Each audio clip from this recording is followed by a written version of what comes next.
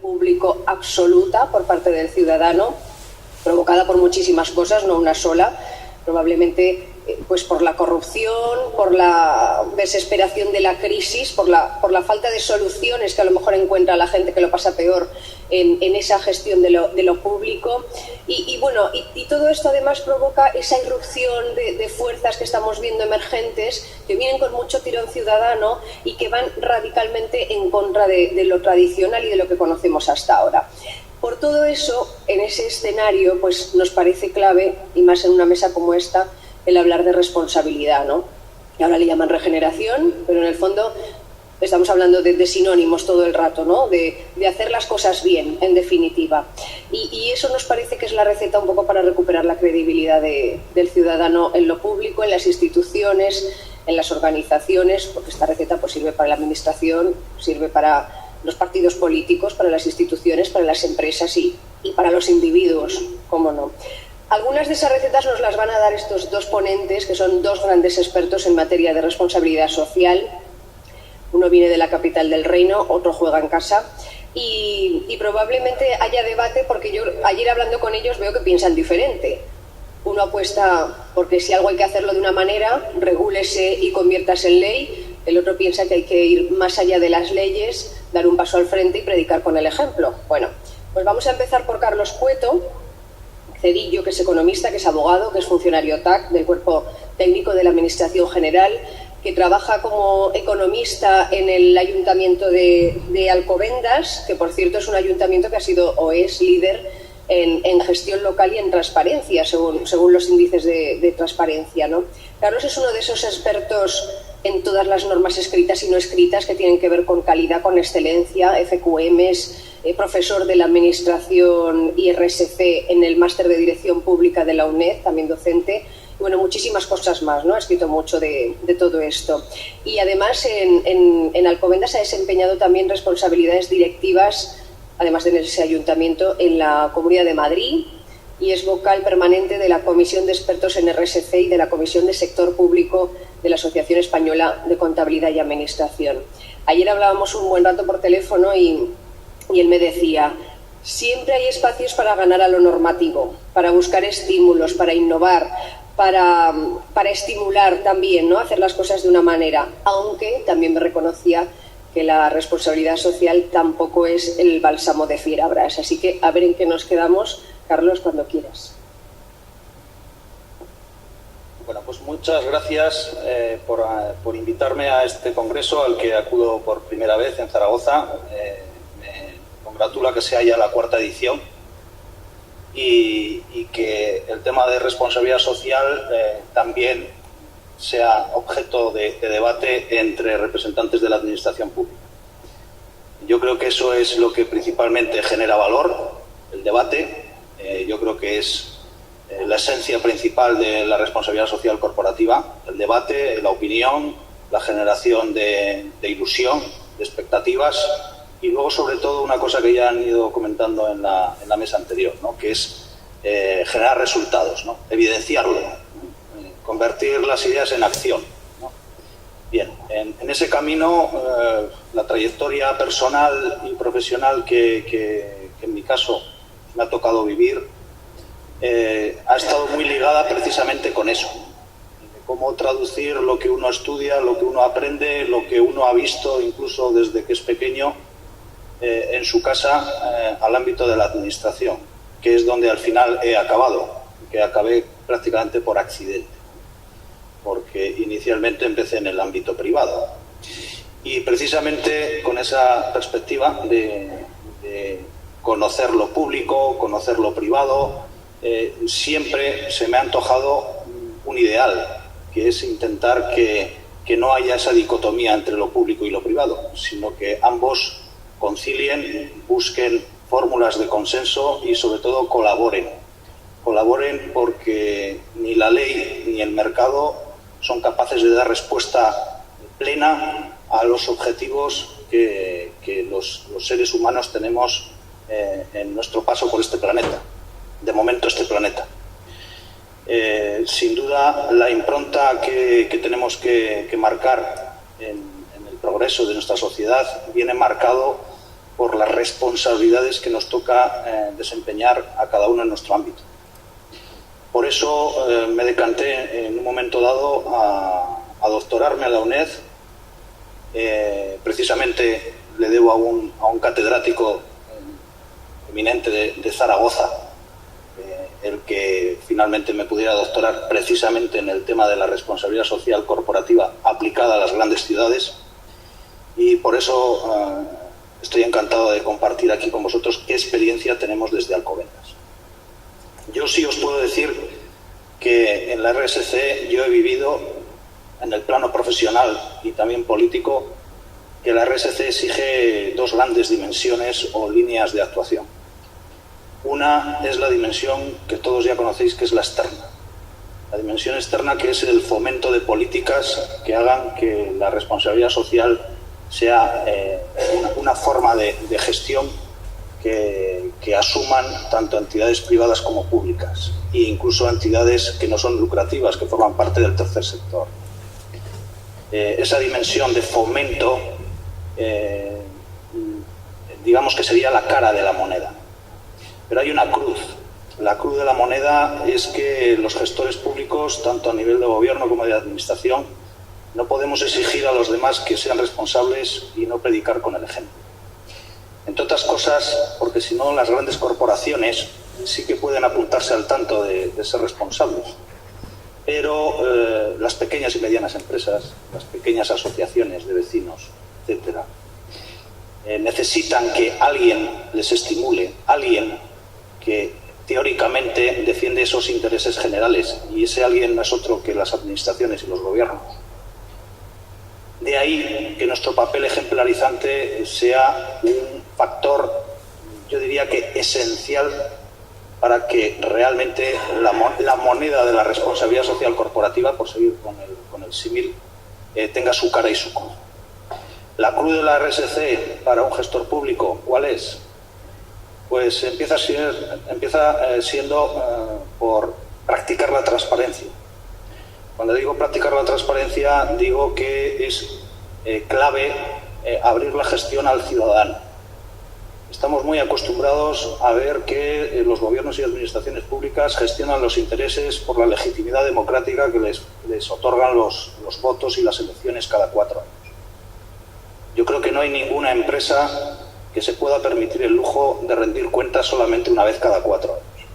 Entre otras cosas porque a lo mejor al cabo de 4 años la viabilidad de la empresa es nula. De ahí que sea tan importante que desde el sector público también rindamos cuentas y seamos transparentes con la ciudadanía, más allá de lo que legalmente se exige. ¿Por qué digo más allá de lo que legalmente se exige? Pues básicamente porque las exigencias legales vienen marcadas desde hace ya bastantes siglos.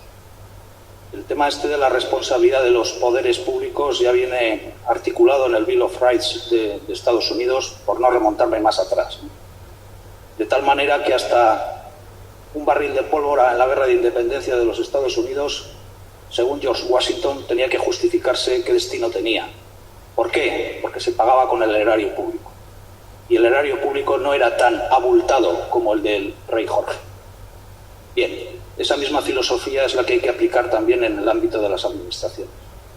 La filosofía de asumir que no gestionamos recursos como si fuéramos empresarios, porque no nos debemos solamente a los accionistas, es decir, a quienes nos votan. Nos debemos también a quienes no nos votan, que también forman parte de la sociedad, que son también ciudadanos y que también exigen que nuestra gestión responda a necesidades que son evidentes y que se hacen evidentes en el día a día. En esa evidencia surge la necesidad de un gestor público de intentar buscar fórmulas que le permitan atenderlas. Eva nos ha puesto aquí ejemplos de la actualidad de aquí, de vuestra tierra. Yo también podría poner otros muchos. Y muchos de esos ejemplos me llevan a pensar en el debate de las competencias propias e impropias. Es un tema de plena actualidad en el ámbito de la administración local. ¿Qué es lo que tenemos que prestar los ayuntamientos en nuestras ciudades, en nuestros municipios, en nuestros pueblos?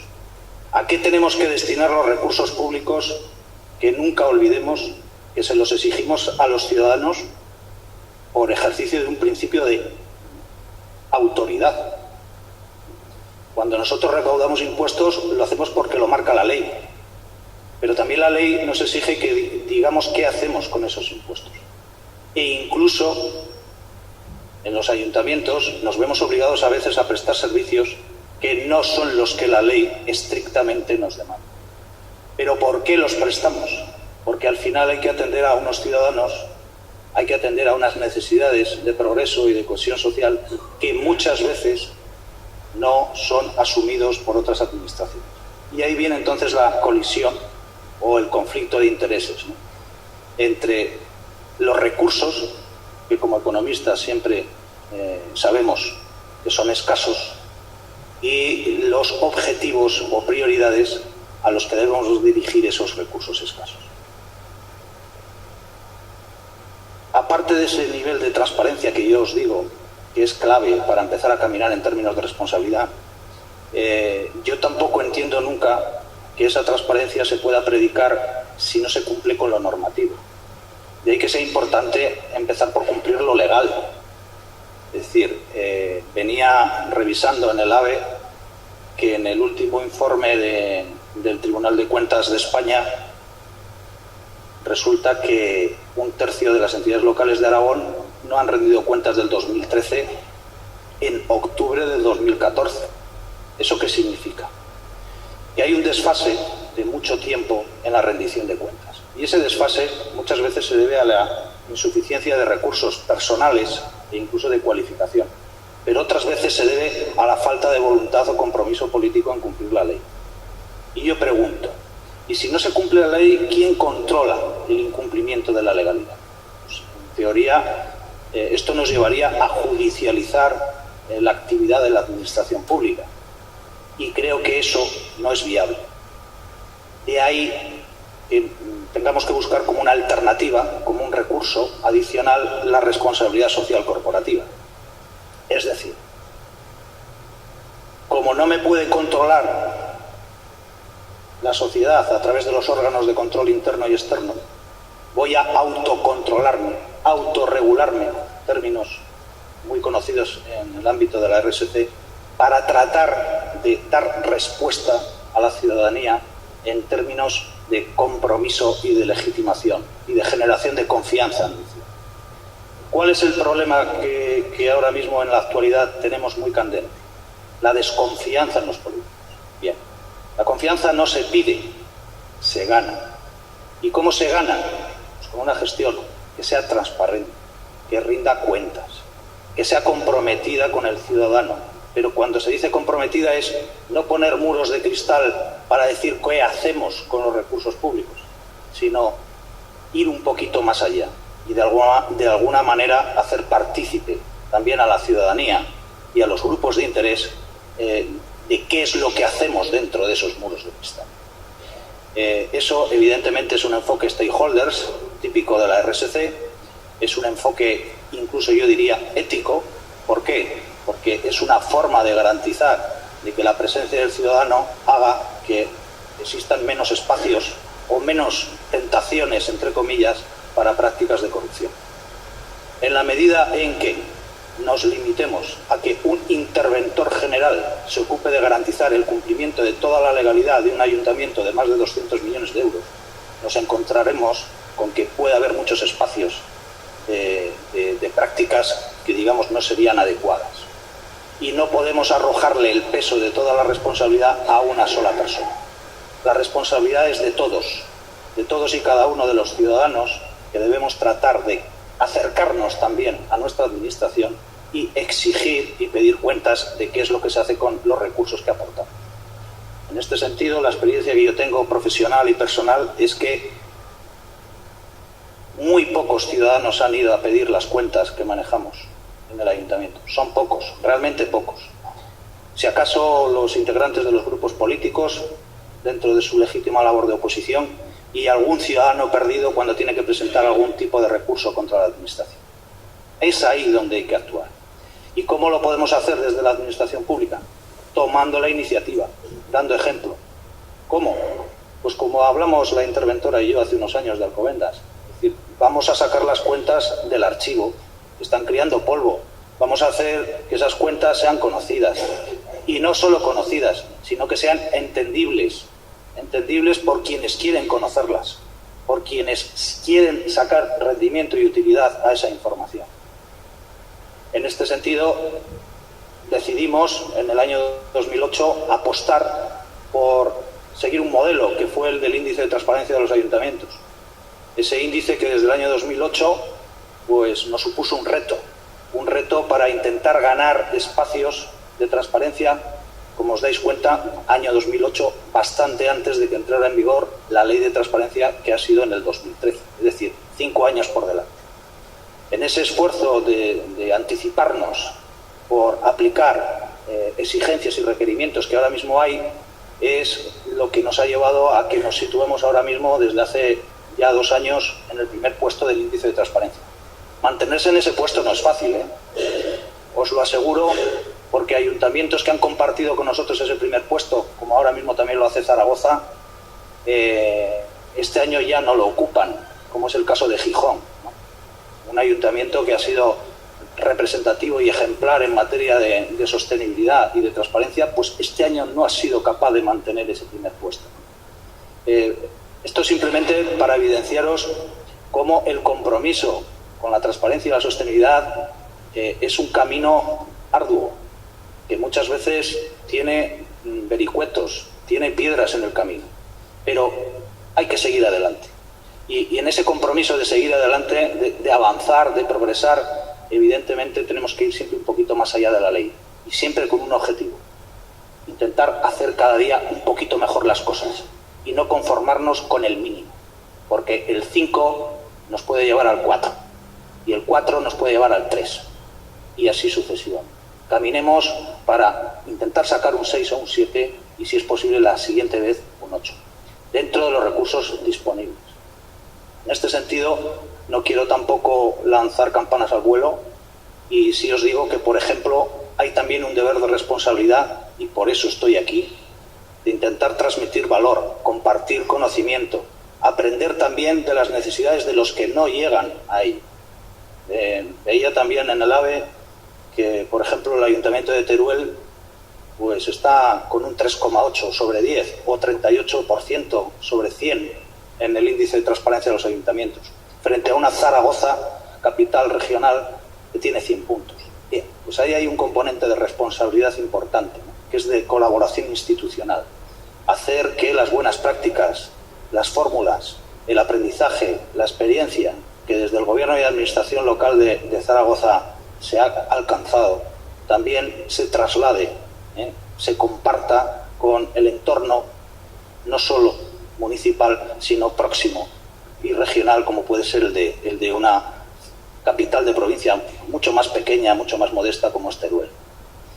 En este sentido, creo que predicar con el ejemplo no solamente contar lo que uno hace, sino implicarse y de alguna manera buscar fórmulas y cauces de colaboración institucional para que con espacios como este Congreso u otras fórmulas se consiga ir ganando espacio a esa conquista, a esa exigencia que es el desarrollo sostenible global. Y para una pequeña introducción yo creo que es suficiente y espero seguir en el debate. Y en los ejemplos, porque también yo creo que nos gustaría escuchar esos ejemplos concretos, ¿no?, de lo que se puede estar haciendo ahora mismo en un ayuntamiento como el de Alcobendas para estar en ese top de la lista de la transparencia. Así que eso te lo dejamos pendiente para luego. Bueno, vamos ahora con Javier Navarro, que yo creo que es en sí mismo una especie de mix de la administración y del territorio, porque prácticamente su carrera, desde que ganó una oposición, la ha desarrollado en la administración pública. Este ingeniero con mucha vocación de gestión pública ha sido y es director general de industria, muy relacionado con el trato muy cercano con las pymes. Por eso digo que es en sí mismo un mix de las dos cosas, porque además yo creo que los informadores que lo conocemos de hace años sabemos que probablemente Javier asocie cada pueblo y cada rincón de este territorio de Aragón tan disperso como sorprendente, seguro que con las empresas que están en cada lugar localizadas. Vamos, me hago una idea que prácticamente se las ha tenido que recorrer todas en todos los años que lleva y no solamente por dentro, sino también en cuanto a las inquietudes de los empresarios que más de una vez han llamado a su despacho para contárselas y me consta que ha tomado muy buena nota de ellas. Sé además que esto de la responsabilidad social le gusta, porque desde luego que te guste algo es el primer paso para convertirte en experto y él también lo es, ¿no? Ha publicado muchos artículos del tema, es docente también y ha aportado ese granito de arena en la divulgación y sobre todo como gestor de lo público, aunque él tiene una visión diferente de la que nos puede contar y nos ha contado ya Carlos, sí que ha aportado su granito de arena, digo, en la divulgación y en la difusión de la importancia que para él tiene la RSE, ¿no? La responsabilidad social. De hecho, es uno de los impulsores de este congreso y también del premio que se celebra en Aragón y que se desarrolla en Aragón, el Premio Aragonés de Responsabilidad Social Empresarial. Pero bueno, dicho esto, tiene esa idea clara de que la mejor herramienta para implantar la RSE es la legislación. Si hay una cosa que hay que hacerla de una manera, convirtámosla en ley. Eso me dijo ayer cuando hablábamos por teléfono. Aunque también me comentaba que la administración no es un ente homogéneo. Desde luego no es lo mismo un hospital que la ventanilla donde un ciudadano pues va a pedir cuentas de lo que sea, ¿no? Entonces, precisamente yo creo que por su conocimiento de las tripas de lo público que él tiene y también del territorio, es alguien idóneo para contarnos qué le parece esa legislación que él ve como herramienta fundamental y sobre todo con su experiencia, cómo ha visto la aplicación de esas normas en el territorio que nos rodea. Pues mi relación con la responsabilidad social, que surge hace muchos años y a mí me ha producido siempre muchísimo interés el concepto. Y al principio, y yo esto lo he dicho en este congreso en otras ocasiones, fue una decisión meditada porque yo entendía que detrás del concepto de responsabilidad social se podía haber algo de fariseísmo y también podría haber en algunas ocasiones un exceso de búsqueda de prestigio social, de tal manera que al final la responsabilidad social fuera solo una cosmética. Claro, yo la responsabilidad social, tal como yo la entendía dirigida al mundo de la empresa, porque esa era mi responsabilidad. Mi responsabilidad es cuidar que el tejido empresarial aragonés pues tenga el mayor número de ventajas competitivas y de elementos diferenciadores, de manera que la empresa aragonesa sea mejor frente a la empresa de otros territorios. Aparece la palabra territorio. Ese es el origen. Con el tiempo, a medida que yo he ido trabajando en materia de responsabilidad social, no pocas veces se me ha preguntado sobre cómo lo veo implantado a las administraciones públicas, etcétera. Yo ahí he de decir varias cosas. La primera cosa, que para mí es fundamental: la administración a quien se debe es al ciudadano. La administración no se debe a ningún otro grupo que no sea el ciudadano. La dirigen los políticos con ayuda de altos cargos y de altos funcionarios. Y de ahí surge un principio de jerarquía. Pero el dueño de la administración es la ciudadanía. Y eso es un elemento sustancial. La administración tiene que tener claro para quién trabaja. Lo segundo, en la administración trabajan los funcionarios. Los funcionarios acaban en gran parte en una gran unidad de grandes quemados. Son gente que empieza con mucha ilusión, pero que ve pocas posibilidades de realizarse profesionalmente y al final tiene que acabar en muchas ocasiones pues aceptando un trabajo anodino, monótono, con pocas posibilidades de ascenso y bueno, pues ya depende de la profesionalidad y del carácter de cada cual el que ese servicio sea más o menos amable. Cuando se habla del concepto responsabilidad social hay que hablar de las dos partes, de la responsabilidad social de la administración respecto del ciudadano y de la responsabilidad social de la administración respecto de sus propios trabajadores. Respecto de sus propios trabajadores hay muchísimo que hacer, pero no creo que sea lo más interesante en este concepto, en este congreso. Pero se podría hablar muchísimo sobre este elemento. Respecto a los ciudadanos, la administración, como muy bien ha dicho Eva, no es nada de homogénea. Yo, por ejemplo, vivo en un área donde muchas veces yo trabajo con pymes, pero por la parte de industria trabajo con grandes corporaciones empresariales, a veces que tienen un patrimonio o unas facturaciones superiores al Producto Interior Bruto de la Comunidad Autónoma de Aragón. Ahí vamos a golpe de derecho. Ahí vamos a golpe de ley de procedimiento administrativo. Ahí utilizamos la ley.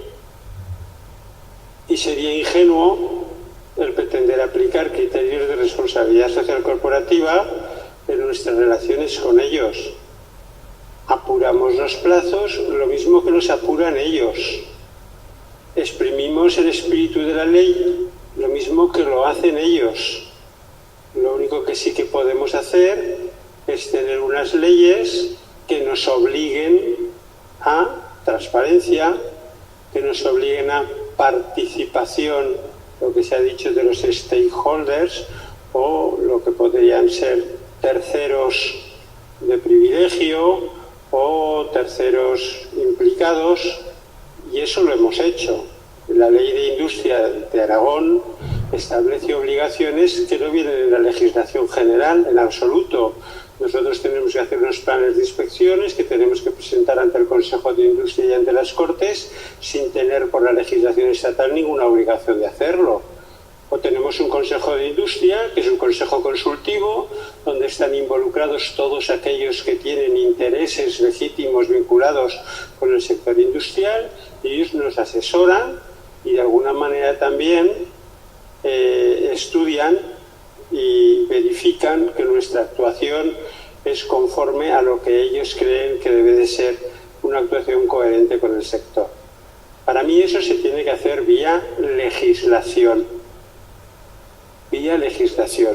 Además, la legislación compromete enormemente, pero no hemos de olvidar que el funcionario responde ante los tribunales siempre de manera penal.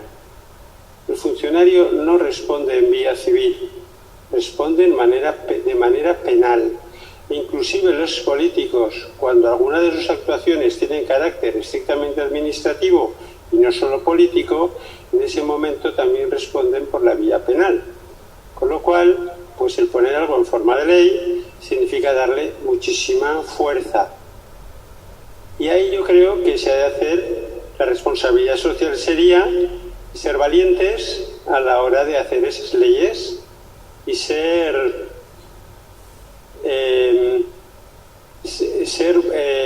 muy exigentes.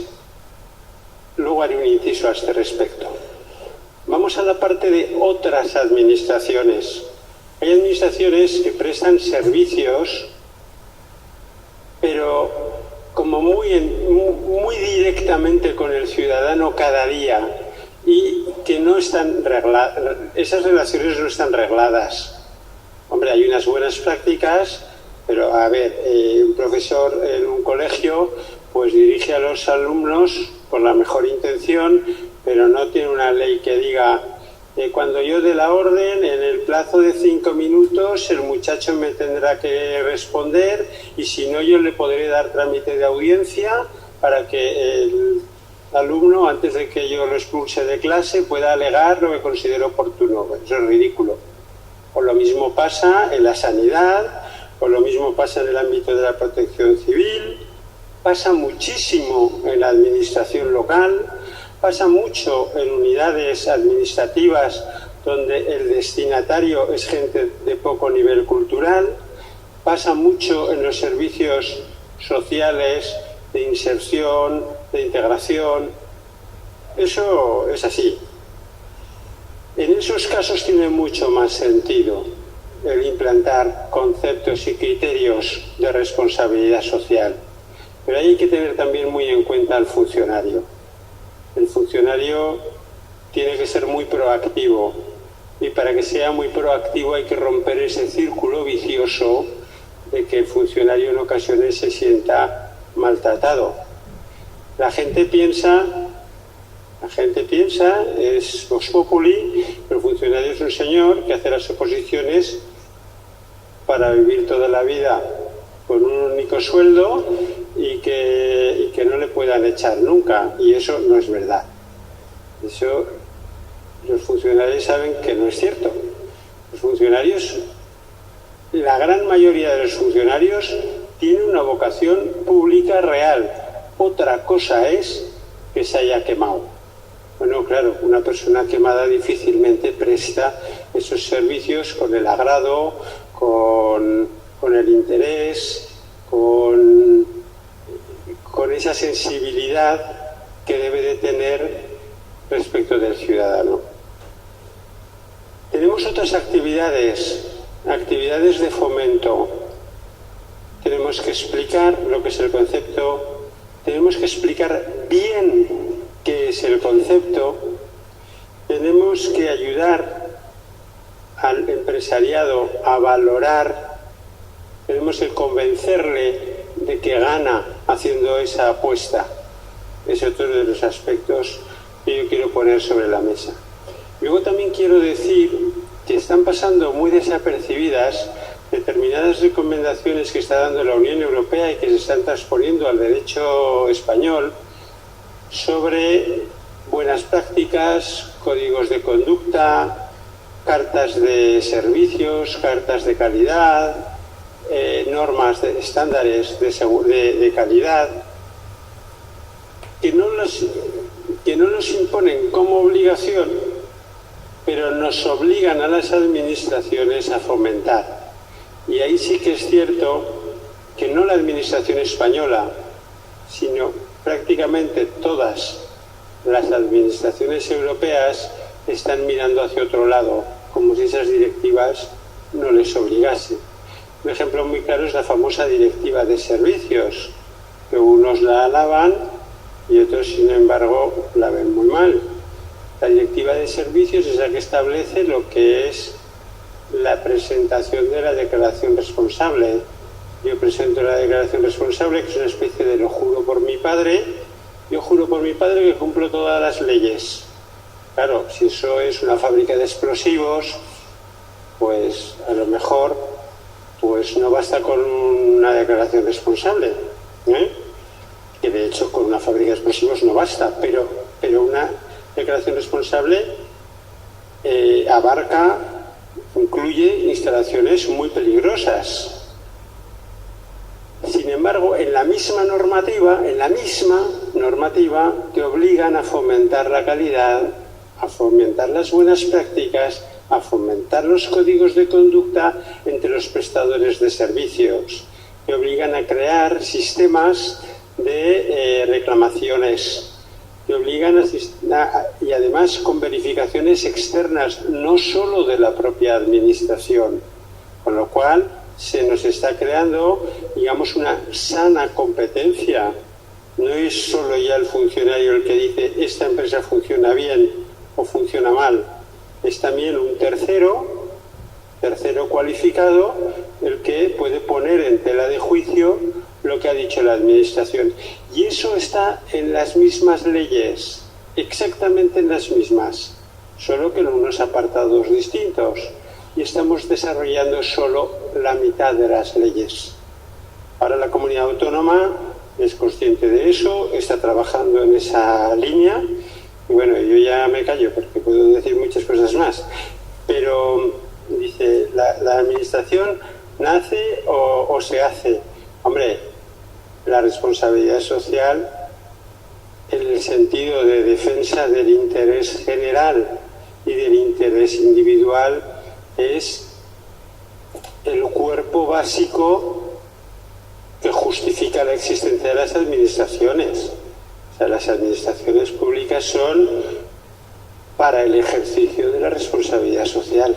Otra cosa es que lo hagan bien o que lo hagan mal.